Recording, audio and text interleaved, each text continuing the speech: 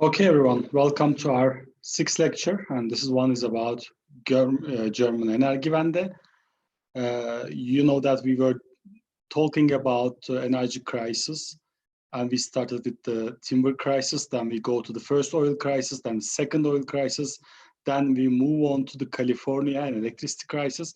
Now, we will look at a different part of it, which is renewables, how renewable developments have been affected or nuclear or coal has been affected by this crisis.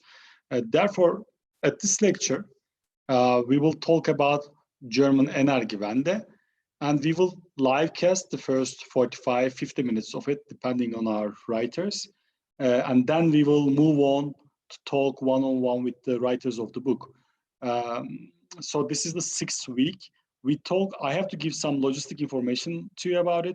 This Australian energy crisis. I talked with Carl. Carl is in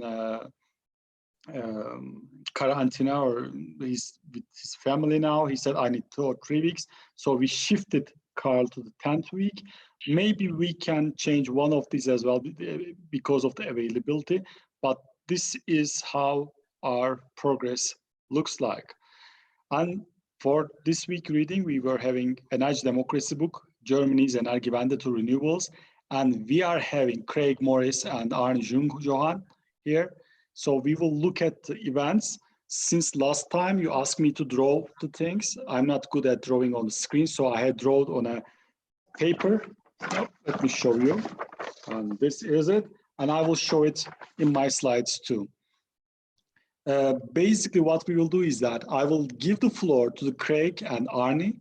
They will talk about their book, and then we will close the live cast. Then you will ask the question. You remember the chat window is open, so you can ask the questions from there. I think one thing about this book really interesting is have you checked the cover of this one? This fossil fuel upside, fossil world, this power plants upside down, but the wind turbines and the blue sky is that way. So it's interesting. So we should ask the writers about it, how they choose that cover. So we will not do the review, and then they will talk about history. Then this book, why they've written it and how it shaped European policies and what are the lessons from it. And maybe we can ask about how coronavirus will affect Energiewende, or how it will interact with Energiewende, not in the short term, but like in the long term. So whys are very important. So that's why I ask this question every time. Is Energiewende, I missed an E there, Energiewende a model renewables transition? Can we use it as a model? Not maybe to learn something from it, to understand the dynamics, and should we accept that Energiewende is not a revolutionary but evolutionary thing? Despite all our efforts, it should be evolutionary maybe. And if Craig's and Arne's book is, if you believe what they write, I believe, so energy democracy is an essential part of renewables transition maybe. Is it an industrial strategy shaped by crisis? Before that book, I thought that it was German industrial strategy, was this Energiewende. But when you read the book, especially the second and third part that we have given the reading part, that it's not industrial strategy, especially you read about SMA and how Siemens was a latecomer, how GE was a latecomer. It was more like entrepreneur and grassroots movement maybe. So is this the grassroots movement shaped by accidents, the energy crisis, Chernobyl, Fukushima? So is it transferable? That's a major point. Is it uniquely German, or is it like kindergarten? So we can take it and leave it to another place. And is it a historical example that we may see derivations of it in the future? Because coronavirus, after coronavirus and Green Deal, maybe Energiewende will be a historical example that the renewable transition may move on. So our guest lecturers are here. Hopefully they join with us. We talk with Arne, but we haven't talked with Craig, but Craig joined too. So as last time you asked me to draw the flow things. So let me, uh, I'm sorry for the YouTube viewers, my handwriting is not that perfect, but let me show you what I have drawn here. So this is wheel. This is the first part of our story, which this is happened before the first oil crisis. And with this first oil crisis, this is actually where the Energiewende first appeared, and there's Öko Institute founded here, and how the institutionalization of this protest is told here. So it's very important. That part is important. There's no feed-in tariffs now. There's no other things, but they just want the big moguls of this power industry to hear them, and they want to decide on power choices. So there's this Purpa. You remember Purpa from Jimmy Carter? He thought that Nixon and forced energy independence should move forward with this efficiency and others. So it's Purpa. This Purpa has affected Stromae's gazettes, if I tell correctly. The second part of the story is after Chernobyl. And after Chernobyl is power rebels. When you see the power rebels, you should remember, you should at least think about that one. Let me take this one. I find on net. So this is the YouTube channel.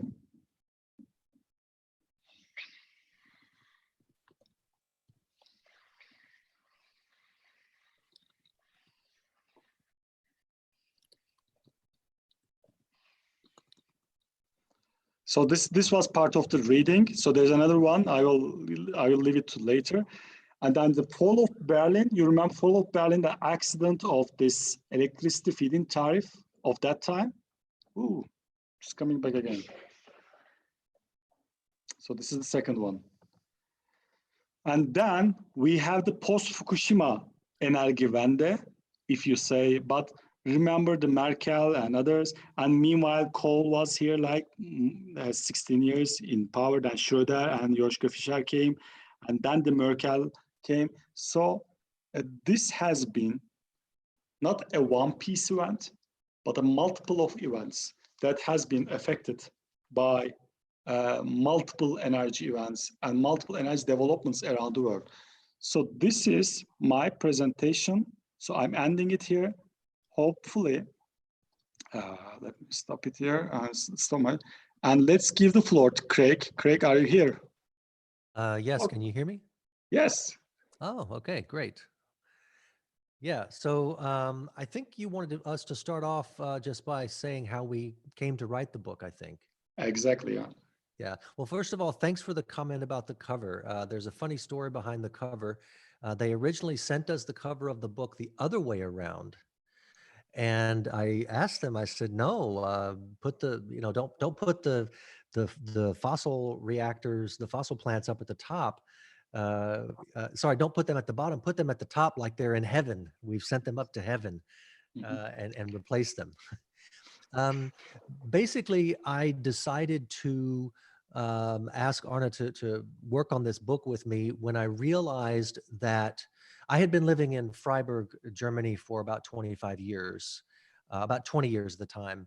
And that's kind of the area where all of this started. It's where the word Energiewende was also coined.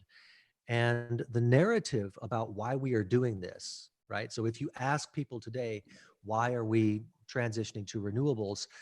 The answer is always climate, right? And I'm not saying we're not doing it for the climate today, but it became clearer to me as I talked to more people from the area and remembered all kinds of things and read up more, that this had started off with something else. It had started off with a grassroots movement in a conservative rural community that basically was telling the government up top, you're planning all of these infrastructure projects without talking to us, right? And so the bigger plan that this nuclear plant was part of, right? So they protested against one nuclear reactor, but there was a bigger plan to industrialize the entire farming community. And people just really went bonkers about this and said, you're just shoving this down our throats. Nobody even asked us about this. We don't want it, right? And so it was about the reactor, but it was also about the industry that was going to come in. And so when I realized that people outside of my close circle of friends in Freiburg were only talking climate and didn't have this democracy aspect in their thoughts anymore. I told Arne, I said, hey, let's write a book about this. So that's how it got started in my recollection.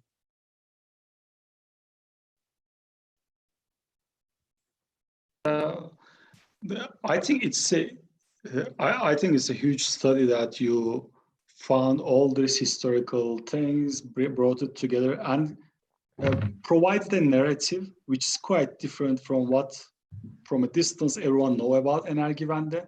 You really told it like a grassroots movement. So my story is how the energy crisis or other crises affected Energiewende, starting from the first movements, because I believe that in the first 1973, there was this limits to the growth and others around the world. Then there's the 3 Mile Island, and then there's the Chernobyl, then the Fukushima. How do you think this event's shaped? And one other question will probably be, why Germans hate nuclear that much? Maybe I'll just add to that before Craig starts digging into the 1970s and the nuclear question. But at the time Fukushima happened, which was on your dashboard of the timeline of the Energiewende, Craig and I were working together professionally. I was working in Washington D.C. with a German foundation, working on energy policy, and he was an American journalist based in Freiburg in Germany. So it was the reverse transatlantic cooperation, basically. And at the time, we realized that the German Energiewende after Fukushima, it got a lot of attention worldwide suddenly, but mostly for the wrong reasons, because many other countries were going aggressively for renewables and quicker maybe than the Germans. And we thought, well, let's dig into that. We need to discuss what, from our point of view, is really unique about this transition in Germany, which is very different, or has been different for a long time, from the transition in other countries. And because we had been working together at the time for several years, and also because in both of our professional careers, we were at a moment where we had the time to write something up, we decided, okay, let's do this. And I don't remember exactly, but it took a year or 1.5 years to actually finish it. No? And we haven't done this kind of chat for a long time. I think it's maybe 2 or 3 years already passed. So thank you at this point very much for having us, and I'm looking forward to the discussion. I prepared something about the policy junctures and how it happens that you actually can inject change in a stable system. And I think Craig will kick off our presentation with some of the stories of the events that happened across the country. Okay, the floor is yours. I do not want to irritate YouTube watchers, so I'm stepping back. Well, I personally wouldn't mind you asking us specific questions, but you've already asked 2, and I've already forgotten the first one. So maybe just one at a time, because my brain doesn't do that anymore. The second question was, why do the Germans dislike nuclear so much? I'm not sure that the Germans dislike nuclear more than other countries do. I mean, if you look at like the popularity, and there are actually EU statistics on this, the Germans are not like outliers. Okay, so they're not like the most dislikers or whatever. They're kind of in line with, you know, the people who don't want it. There are some countries that are more open to it. But I think the thing that's really important to understand about the German story is that Germany has, especially brown coal, so there's hard coal and brown coal, and Germany has tremendous amounts of brown coal. And if you go back to the first Energiewende book of 1980, there's a really shocking scenario. The most progressive scenario, I'm going to forget the numbers maybe, but I think it was 55% renewable. So we were not able to imagine 100% renewable in 1980. So I think it was 55% renewable, and the rest, the other 45% was domestic coal. Okay. And so the idea, to come back to the crisis that we're sort of embedding this in, the idea was Germany, you know, needs to get its own energy from within its own borders. That was kind of the argument then. And so even the researchers who were trying to push renewables into the discussion still really relied very heavily on coal, but not because anybody likes coal. And that's the confusion, I think, in the debate. People are like, well, why does Germany like coal more than nuclear? No. If Germany had mounds of uranium, right, mountains of uranium, they would have liked uranium. If it were Norway and they just had hydropower that they, more than they knew what to do with, we would be talking about why Germany loves hydropower. Germany doesn't love coal, it has coal. And this is coal that is competitive, like competitive on price with coal that's traded on the global market. And so the challenge for us in Germany has been to leave coal in the ground that there is a business case to dig up. And with nuclear, you could sort of argue, well, we're importing 100% of the uranium, throw that in with the oil, right? Because we're importing 90-something% of our oil, and most of our gas as well, probably 90%. Call all of that stuff that we want to get rid of, and we'll focus on getting energy from within our own borders. And so that's kind of my answer to the why, do we dislike nuclear more than we dislike coal, at least in the beginning.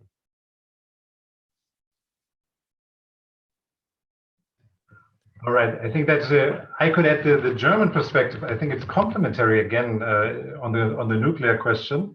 My answer would have been different, Craig. I would assume even if there was some strong uranium mining in Eastern Germany, in Wismut, which is still a very dirty area today, is still cleaning up this after the economic mining has stopped for decades already, but the site isn't cleaned up yet. I think, for instance, part of the grassroots movement in Germany in the late 1970s and 1980s was the peace movement. It was the fight against nuclear weapons. In Western Germany, as you remember, at the time, Germany was at the frontier in the Cold War between East and West. It was basically the future battlefield for any nuclear war between the Soviets and the Americans. So you had also a very strong peace movement in Germany, which was traditionally anti-nuclear weapons movement. And all of these grassroots interests, they found their political home mostly with the Green Party that was emerging at the time. So both of these movements, the Energiewende movement and the peace movement, they fueled this new political force in Germany's political landscape in the 1970s and 80s. And I think that's part of the fight, or part of the perception of nuclear of not being acceptable for Germany. For many Germans, or for majority, comes also from the idea of the peace movements, the nuclear weapons. And the other part, of course, has happened later in the mid 1980s, when the accident in Chernobyl happened in the Ukraine, which is several thousand kilometers away. At the time, I was 11 years old in the 1980s, growing up in a suburb of Hanover. And I remember scenes when I was hanging out with my buddy at the mall, at the shopping mall. It started to rain and everybody was running inside. People were physically afraid of the rain because there was a technological accident thousands of kilometers away. And this experience of a physical threat, this had a strong impact on my generation, for instance. And today we are like 35 years later, right? In my neighbor state of Bavaria, which was back then the most contaminated area of the nuclear fallout, the rain coming from Ukraine, still today, if hunters shoot boar or deer in the forest, or if you collect mushrooms, the meat will get tested for radioactivity and some of it will be trashed out. We still have areas in Germany which are contaminated today. So this really is, it's not something invisible, but it's something real and like a physical threat that my generation experienced Chernobyl.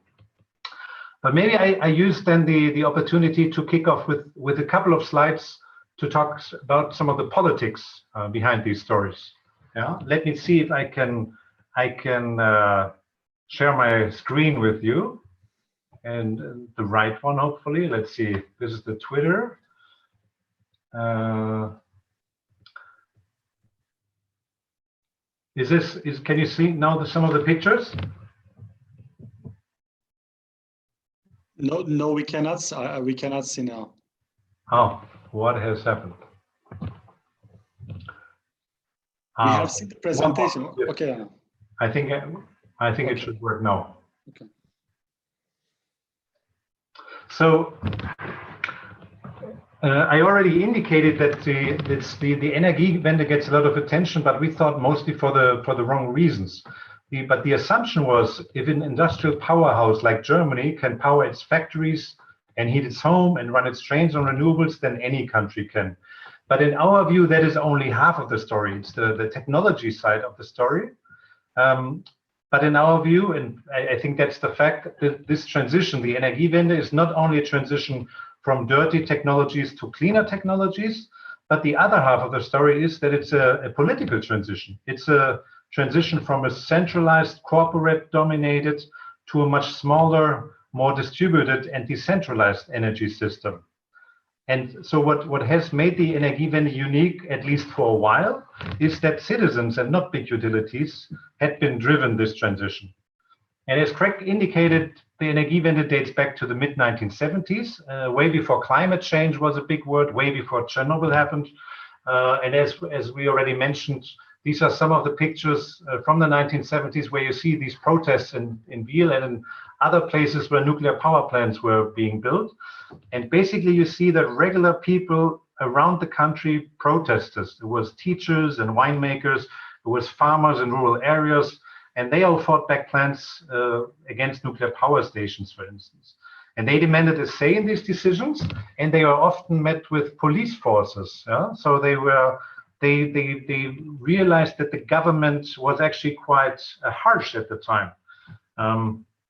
And what we say is that the people demanded what has since become known as energy democracy, namely the right to produce your own energy.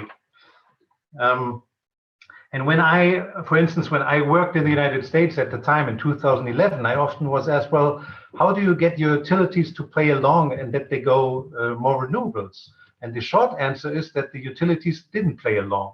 Because like in any other country, our utilities are hostile to the idea of distributed renewable energy. They don't like solar panels particularly, especially not on rooftops, and they don't like citizen wind farms. This is all competition for them. It eats away their business. They wanted to run their coal and their nuclear power plant around the clock. So the real question is that we try to address in the book as well is, how did the Germans actually convince their politicians to pass laws that would allow citizens to make their own energy? And why were these utilities, which were very powerful at the time, why were they not able to prevent these laws? No? And if we look back in the timeline, I find there are three critical junctions that appear, at least three critical junctions for national policy making. And this shows you a short timeline, or the timeline from the 1970s, just the electricity production comparing renewable power and power from nuclear generation, and some of the milestones of the Energiewende. And the first junction, which was also on your timeline before, at least for policy making, this first crucial junction was in the year 1991, the first law on feed-in tariffs. Back then, it was a few parliamentarians who wanted to promote citizen energy on the national level, but they realized that the government, which is usually in charge in writing these laws, that the government wasn't on their side. So this unlikely coalition of backbenchers across party lines, they basically drafted the law on their own, which is quite unusual in German policy-making processes. And this bill, the law, it slipped under the radar of the West German utilities, because it was 1990, the summer when this law was written. It entered into force into 1991, but it was written in the summer of 1990. And the reasons that the utilities didn't pay attention was the fall of the wall. It was a summer when the utilities were very busy with taking over the East German sector, the East German energy sector, and were lobbying hard for certain mechanisms of how this takeover would be designed. If you jump forwards another some 10 years, you come to the second junction. That was the year 2000 and the Renewable Energy Act. At that time, renewables barely provided 5% of electricity generation in the total system. As you can see, the gray chart below is much stronger. Nuclear power at the time had roughly a share of 30% in the electricity mix. And in the year 2000, the Red-Green coalition with the Social Democrats and the Green Party, Gerhard Schröder and Joschka Fischer, basically this coalition disrupted the traditionally strong ties between utilities and the government. And it was just like a decade before with the first feed-in tariff law. Again, in the year 2000, it was the parliamentarians who wrote the law themselves. It was not the government, but it was coming from parliamentarians like Hermann Scheer and Hans-Josef Fell. And like a decade before, the utilities, they were busy. They were distracted with bigger fish to fry because the nuclear phase-out was negotiated in parallel. The ecological tax reform was negotiated in parallel. So these parliamentarians actually passed the law without the utilities being able to prevent that from happening. And if you look at the growth of renewables coming afterwards, this law has been crucial to promote the renewable technology, but also to allow competition and allow citizens to invest in renewable technology. And for the third junction, we can jump forward another 10 years to the Fukushima accident. In 2010, the center-right coalition of Angela Merkel, of the Conservative and the Libertarian Party, they extended the operating time of nuclear power plants. They did this just with the energy concept in the year 2010. So Chancellor Angela Merkel's law was a gift for the nuclear firms, and it mobilized large demonstrations because the public and also smaller and municipal utilities, they opposed this extension of nuclear power heavily. And when just a few months later, in March of 2011, when the nuclear reactor in Fukushima exploded, and this was broadcasted live on German TV, Merkel knew that her nuclear policy couldn't stand, with the public overwhelmingly demanding to end nuclear power rather faster than later, and with important elections coming up, she decided to reverse her party's long-held position overnight. And that summer, a historic vote across party lines sealed that the nuclear industry would end its business in Germany for good. And we are now in the year 2020, and I think the nuclear phase-out will be finished completely by the year 2022. And this is, I mean, it's not set in stone, but it's, I would bet a lot of money on it that it stays this way. Now, these three junctures are crucial to understand how the Energiewende got started. It allowed renewables to grow from 5% in 1998 to over 40% today of final electricity consumption. And these moments, these three junctures, they were each unique in the sense that they allowed change in an otherwise very stable system, in a system where utilities were very influential and were very powerful. None of these decisions at the time came as a revolution. However, influential interest groups and their allies in parliament and government, they were unable to stop these changes. And for me, the takeaway from this is there is no silver bullet to make the Energiewende successful. It shows that the politicians, they needed to show parliamentary leadership. They needed to provide skillful maneuvering. They needed to have patience. They needed to demonstrate patience. And they needed to wait for a window of opportunity to open, to inject change in the system. If you look at the factors that may turn the Energiewende into a success, I would say there's no policy alone that has proven to be the single cause of success for the Energiewende. Of course, there are signature policies like the Renewable Energy Law from the year 2000, or like the nuclear phase-out from 2011 that are signature policies. But eventually, it's only a broad policy mix with long-term targets allow this transition, and also they allow to open the market for new investors, for citizen energy. It's basically the years between 2000 and 2010, maybe to 2015, they show that the Germans provided a level playing field between big and small investors, but also between incumbents and newcomers. They basically allowed, they created a framework for change. Now, I haven't done these kind of talks for a while already. And this is a slide from 2016. It basically shows the ownership distribution in the installed renewable energy technology, in the capacity. This is only the power sector, the power production, and that's the year 2016. And as you can see, the biggest chunk is the lighter green part, the private individuals, 31%. So 31% of all installed renewable capacity for electricity generation is owned by the people, by citizens. It's not owned by traditional utilities. Yeah, and this is very remarkable, and this is somewhat unique if you do an international comparison. And this is the result of the feed-in tariff, mostly when it comes to power generation. But over the last years, however, the German government has slowly put the brakes on citizen energy. This movement has not continued in the last 5 years.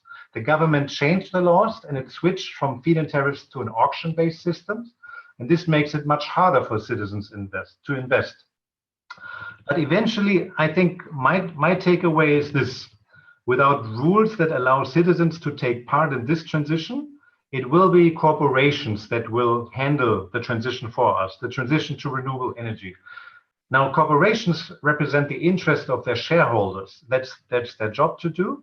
They view people as consumers, not as citizens. And they also have conventional assets to protect. So, for instance, they still have coal power plants to protect, and they want these to operate with profit margins. That's their natural interest. But this corporate-driven transition is not only less democratic in my point of view, but it's also slower. Those who are worried about the climate crisis and our ability as a human race to cut emissions fast enough, those should embrace energy democracy. In my term of view, it's the fast track to climate neutrality. If you want to switch to renewables quickly, you need to open up for all kinds of investors, including citizen energy. If you don't open the market for citizens, they will not be able to invest. So in my point of view, the German case shows it's worth to fight for energy democracy. An active role for citizens in the transition helps to revitalize the communities. It accelerates the shift to renewable energy-powered economy. And I think overall also this strengthens our democracy against the poison of rising populism. We have the right-wing party in Germany, the AfD, that has been quite successful in the last years. And I think if you allow citizen energy to flourish, if you allow communities to get together and people work together to build renewable energy, I think that also strengthens the communities and provides a wall against the fascist and the rising populism. So maybe I'll leave it with that. For the political discussion here. Okay. Okay. Yes, Craig. Yeah. So, I've been taking some notes here in the background, also just about what Arne's been saying. How much time do we have now until 18:30? Don't worry about it, because we will just have time for the YouTube livecast. Afterwards, my students will ask you questions. As you see from the chat channel, they have lots of questions. Some very good questions, actually. Yeah, I'm looking forward to it. This is for the outcast, all right? Yeah. Well, just to follow up on what Arne said, so he had this chart from 2016. My research right now focuses on where we are with community energy, community renewables in Germany. And what we're seeing is that basically not much is happening.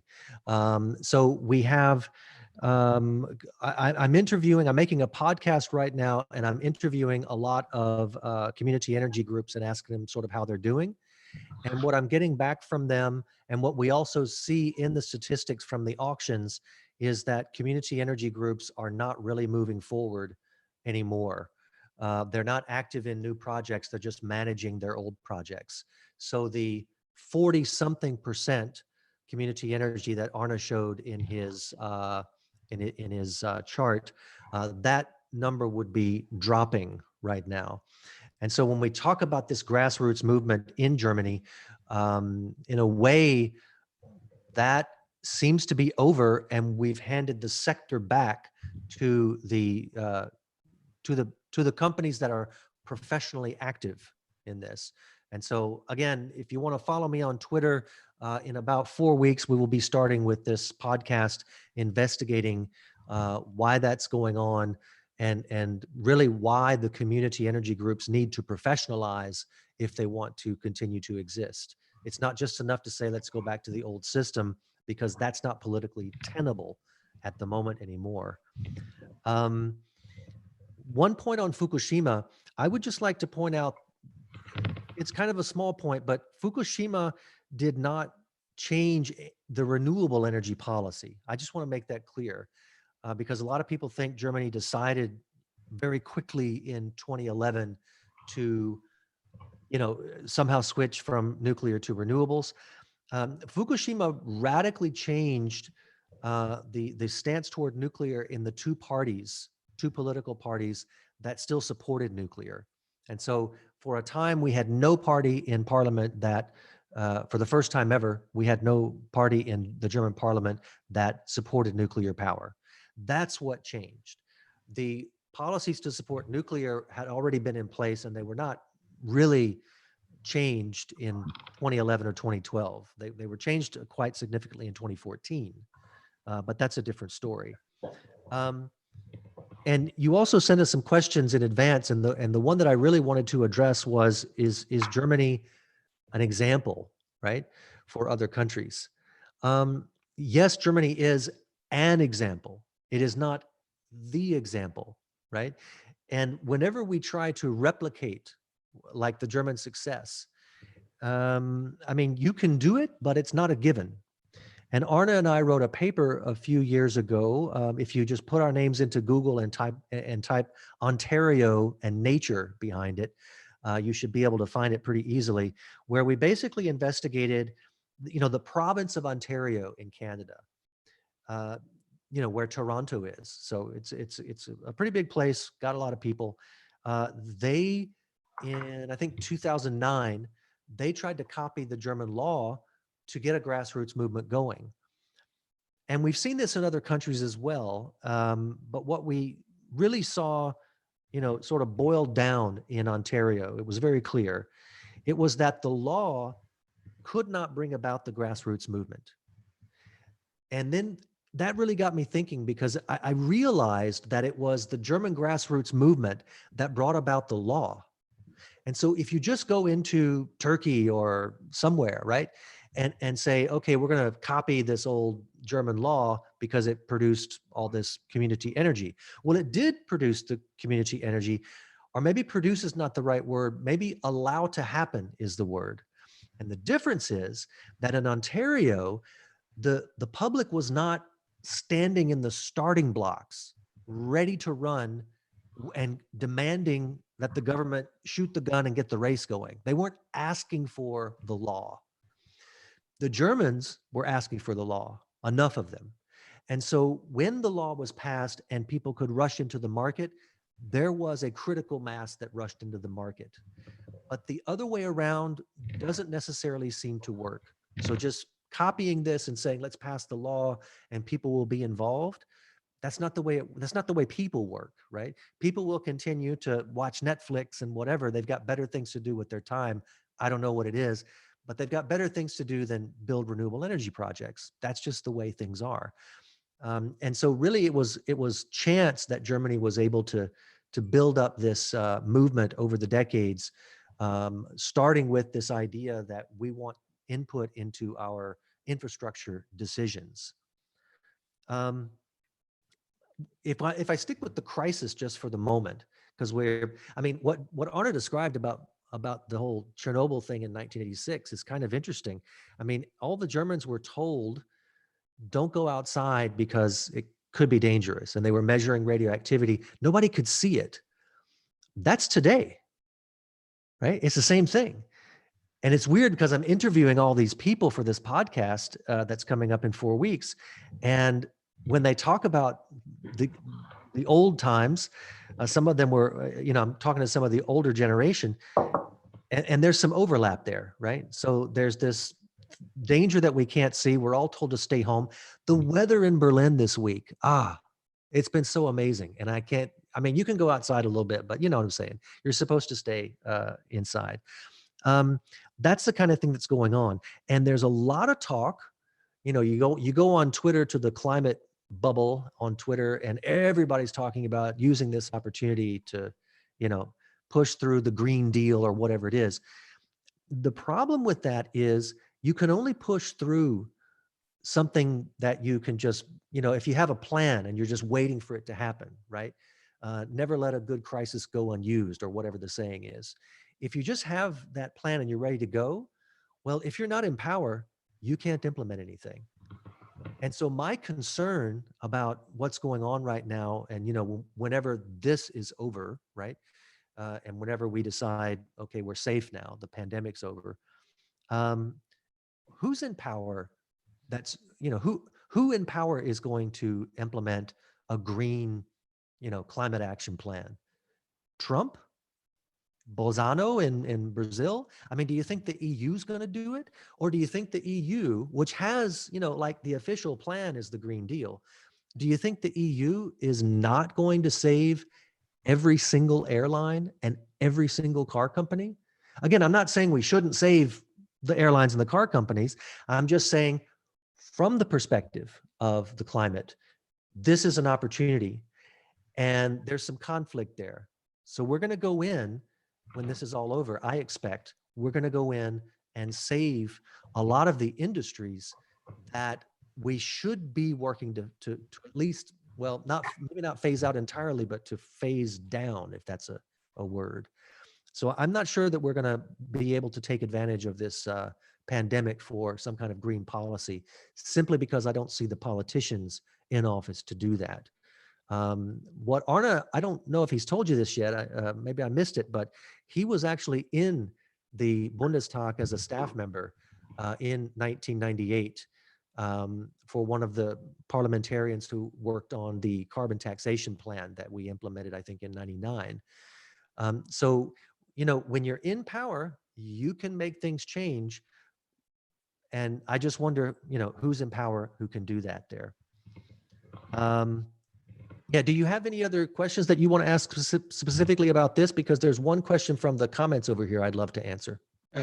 Okay, you can answer all the questions. My last question is both to you. Afterwards, then we will close the YouTube session. We go like that.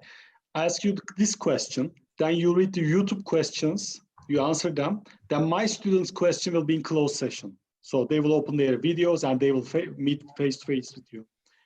In the post-corona world, what do you expect in terms of renewable transition? I think, Craig, you said part of it, but can we devise a plan that works in the post-corona world that help us to build a renewable and more clean world? And what you said, power, I think you lost faith in the communities, maybe.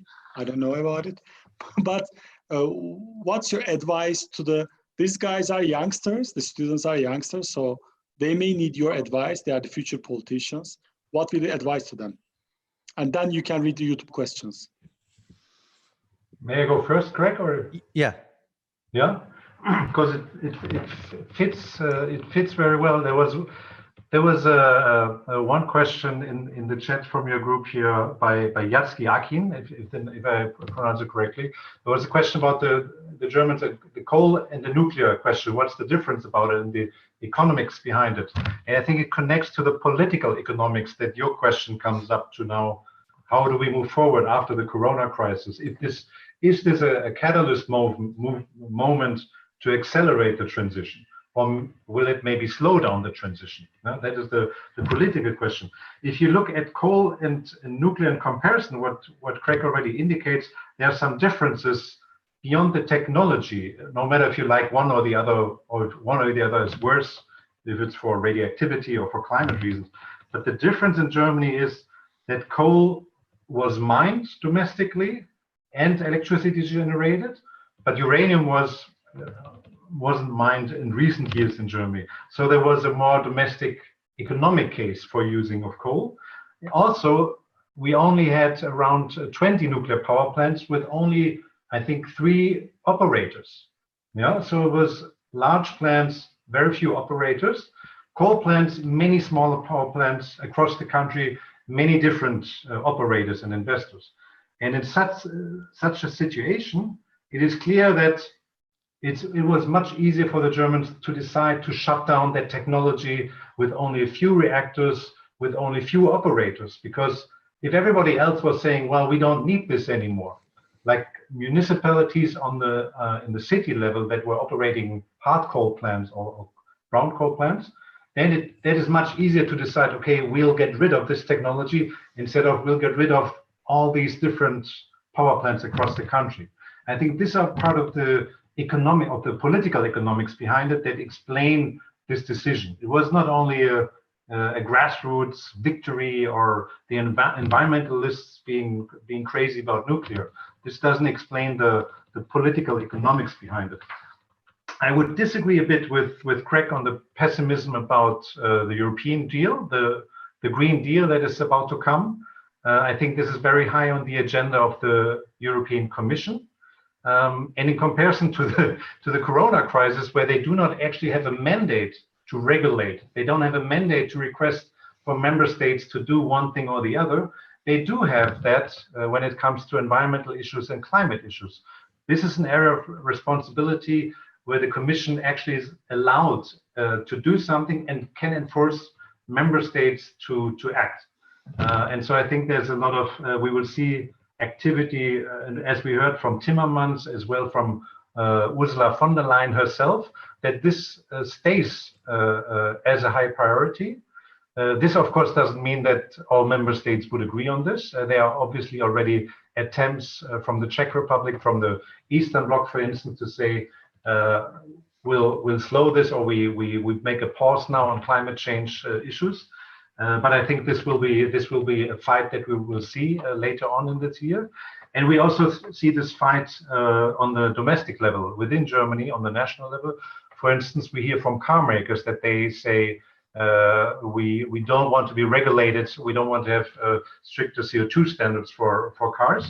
And this is a political debate that basically we have to fight in the next months. The outcome is still open. But in general, I would say this lesson from the Energiewende, I'm fully with Craig there that it's, you know, you can draw lessons. It's one example, but there are other examples around the world, and you can learn from many different examples. I think what the German Energiewende shows, and the part about citizen energy, is that this is something that governments don't hand out to the citizens. If you want citizen energy to flourish, if you want bike paths in your town, if I don't know what other technologies come to my mind, but there are certain things that just don't happen because people like them. They happen when there's an economic interest behind it that is fighting hard for it. As we see with nuclear power, I find, for instance, there's a strong industry sector that puts a lot of lobbying effort in trying to maintain or build new nuclear power plants in many countries. And these kind of technical developments that are for the benefit for the broader public, I would say, without specific economic interest cases, these are much more difficult to achieve. And these happen only when you have an active movement, for instance, when you have a lot of energy that is being politicized towards this kind of changes. And even in Germany, I say, even when you do an international comparison, Germany is a country that is ranked relatively high when it comes to the level of democracy. There are indices, you can grade countries how well they are democratically established. Germany ranks comparably high. There's relatively little money in politics. The media is working well. There's a cooperative federalism. And even for a country like Germany, it is very difficult to put forward these ideas and to allow, for instance, citizen energy. Yeah? And this for me is striking, that you basically need a good environment to bring these political ideas forward. You need an active grassroots movement. We see this currently in Germany when it comes to urban areas and biking. There's a new grassroots movement across the country that pushes for more bike lanes, which is a very interesting case in the Corona situation right now as well. And these are, if there are changes coming, political changes, policy changes, governments don't do this voluntarily. They do this as a response from this kind of energy. And I think that is, for me, that was my biggest lesson when researching for the book. There was this energy on the one hand on the grassroots side, but on the other, there were politicians that had to do this maneuvering and had to wait for a window of opportunity to open. Yeah. And so to close that up, I hope that the Corona crisis can serve as a catalyst for an acceleration of the transition to renewables. In the end, I hope that we will get investment programs that stimulate the economy, but that also help to reach climate neutrality. Now, that will be the fight forward. This, Craig, I will give it to you, but before that, to both of you, we have another article in our reading list which says that the employment benefits of renewables are not that much. Do you concur with that idea or not? Because after the coronavirus, the employment will be the most important thing on the agenda. So how do you look at this issue? Well, there's a study by IRENA that I think is updated fairly regularly. I think if you just look up IRENA and jobs and renewables, you'll probably get it. I think that's the best global data on this. I mean, I think there's always been an argument that you will have more jobs with renewables. I think maybe we're kind of reaching a point where we don't want to overemphasize that. Because some jobs will also go by the wayside, maybe in other sectors. But I think you'll find literature kind of a little bit in both directions. I don't think the energy transition to renewables is going to cost us jobs. I just don't know to what extent I'd be willing to say that, there's going to be a gigantic job creation effect. But again, I'll leave that to the economists doing that work. Just to follow up on what Arne said, just to make my point clear about the Green Deal, I'm not saying that the Green Deal is not going to happen. I'm saying that Corona as a crisis event, I'm not sure that that's really going to help. So we've already got a push that Arne was describing, and I totally agree with his portrayal. And something is going to happen, and I'm sure it'll be good. But I don't see Corona necessarily suddenly being, taken advantage of for a giant leap forward. That's all I was really saying there. Have I lost faith in communities? That was the question you asked. Absolutely not. I mean, when I say that community projects have sort of dwindled, I think the politicians are making a mistake. And I'm just trying to find ways to communicate that it's a mistake and why it's a mistake, right? And so that's also kind of what this podcast coming up is going to be about. The funny thing is that Arne and I, since writing the book, we kind of branched out, and without coordinating this with each other, we've sort of both landed in this cycling bubble, right? So what we're seeing right now, and this is another thing, like when you ask, what is this a great opportunity for, right? Energy crises.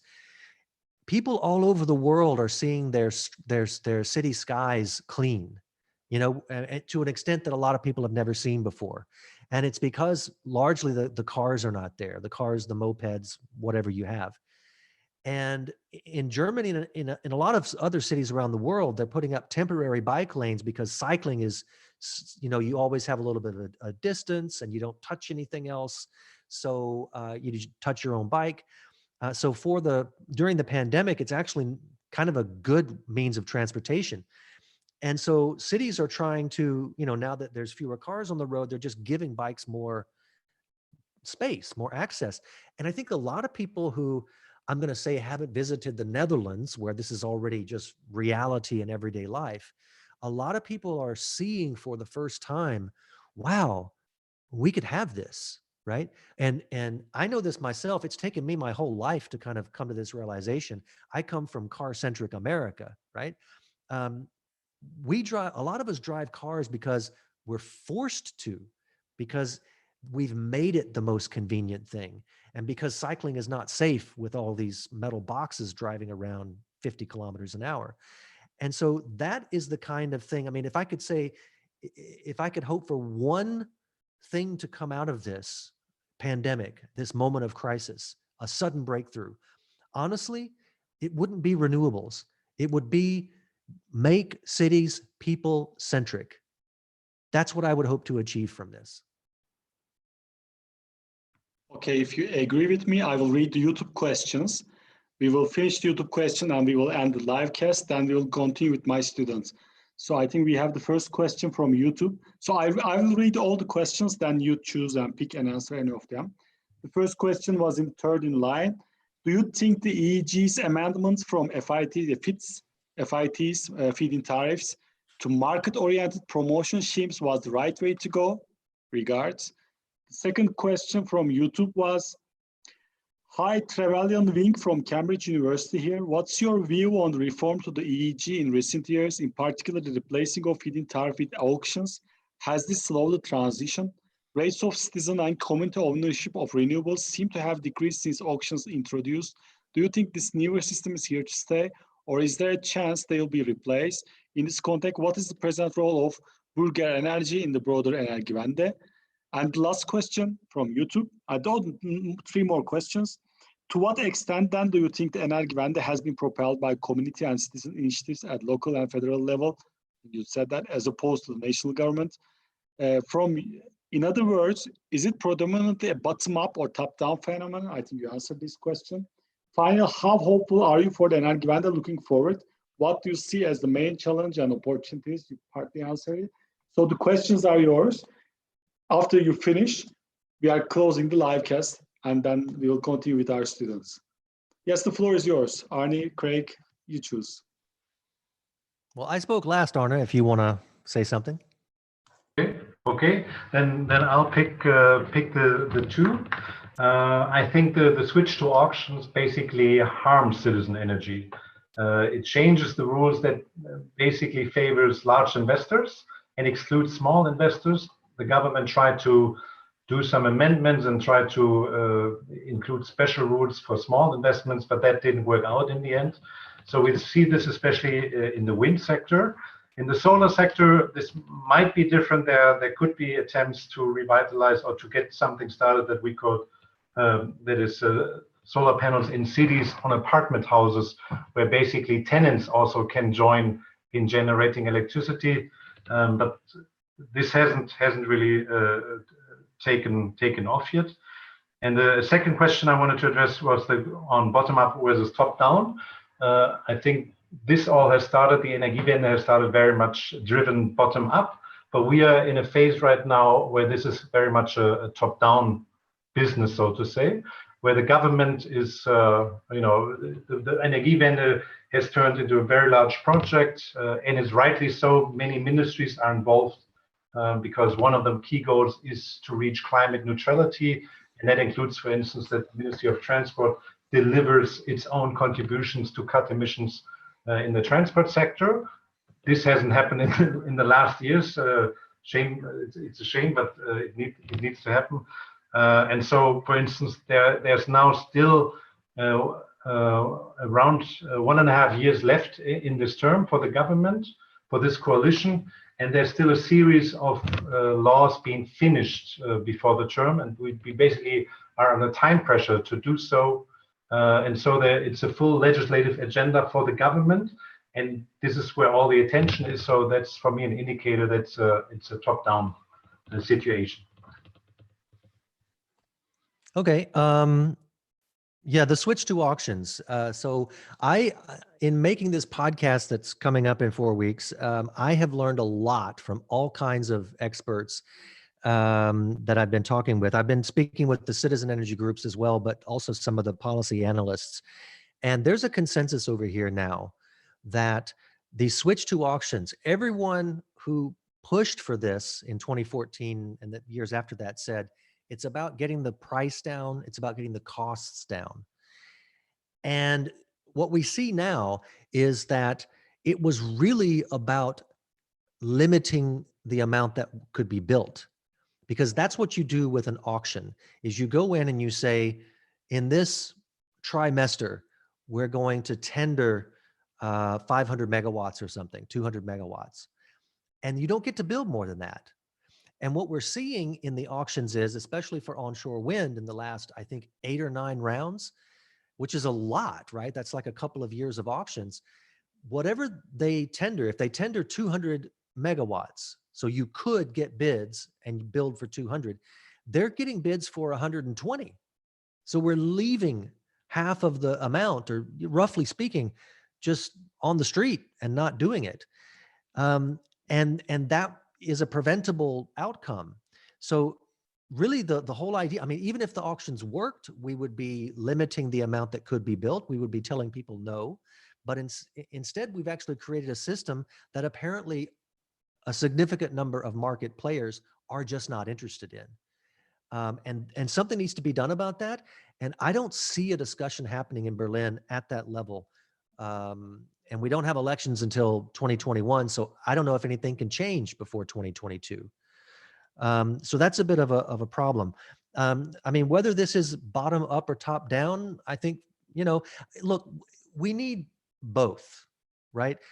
I don't want anybody to feel like, I've been bad mouthing the big companies or whatever. If we're going to do this, we have to have everybody on board. So all the corporations are welcome to participate.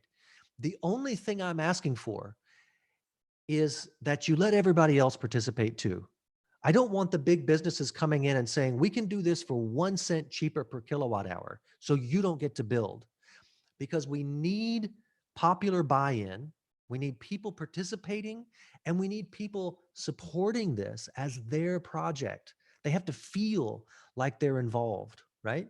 If we don't get that kind of buy-in and identification, then we're going to have split up the population into the, customers and the companies, instead of everybody really taking part. Can I add one more thing about CO2, because it's super important for me, and I thought it was in the YouTube comments, but it's over here somewhere. Somebody asked, has Germany reduced or raised its CO2 because of the nuclear phase out? And I get this all the time. CO2 emissions since 2010, right? We had the nuclear phase out starting in 2011, so nuclear's been going down. So since 2010, the last year when we had the full nuclear, emissions in the power sector from 2010 to 2019 are down around 15%. Okay? It's a significant drop. So we have been replacing all this nuclear plus replacing coal power and some natural gas, or at least preventing natural gas from expanding during that decade. I don't know what it's going to look like next decade or this year, right? But you can do this, right? So, and I mean, we could have a discussion then about, well, wouldn't it have been lower if we had phased out coal and not nuclear?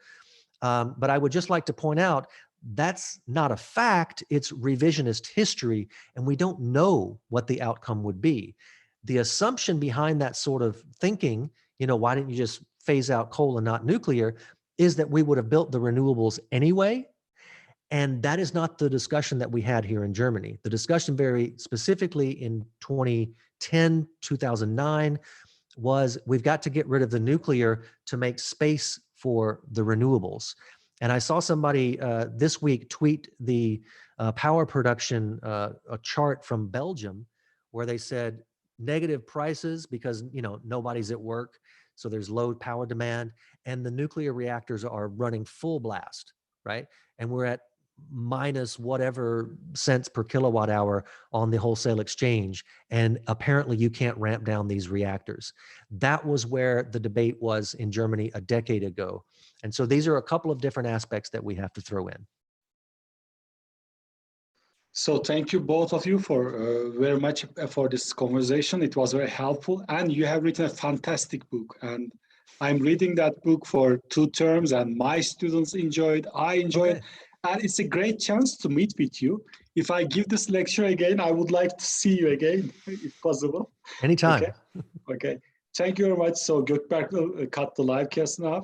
Gökberk.